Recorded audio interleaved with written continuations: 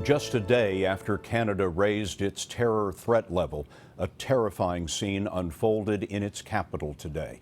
Police say that a Canadian-born gunman identified as a convert to Islam, Michael Abdul-Zahaf Bebo, opened fire in the Parliament building in Ottawa after gunning down a soldier standing watch at the nearby National War Memorial. The soldier was 24-year-old Nathan Cirillo, seen in a photo taken by a tourist this past Sunday. The motive for the attack is not clear. We do not know yet whether the gunman had any ties to any terrorist group. We have extensive coverage of this still developing story. First, we'll go to Jim Axelrod in Ottawa.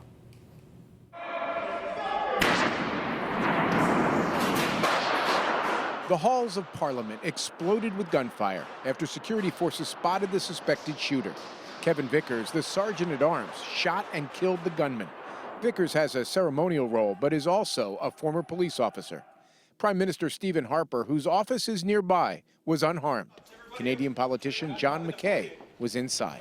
I was just taking off my jacket to go into caucus. I hear this pop, pop, pop, possibly 10 shots, don't really know. Thought it was dynamite or construction rather than anything else.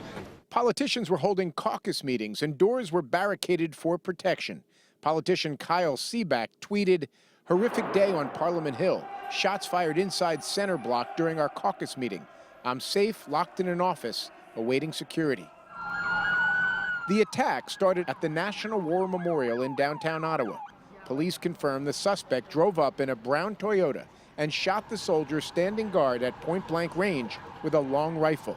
And all of a sudden just heard a shot, turned around, and there was a guy with a rifle just around on the back corner, and just pow. Multiple eyewitnesses described the man as dressed in black with a scarf over his face. Onlookers performed CPR, but the soldier later died. Police rushed to secure the area and warned people to clear the streets. Move back, by the building! It was unclear how many gunmen could be involved. Residents were told to stay away from windows and off roofs, and much of downtown Ottawa was on lockdown. Reports of shots outside a nearby shopping mall turned out not to be true, but fears this could be a coordinated terrorist attack left the city on edge. 2 days ago, a radical jihadist deliberately ran down 2 Canadian soldiers, one of whom died yesterday. The suspect was shot and killed following a police chase.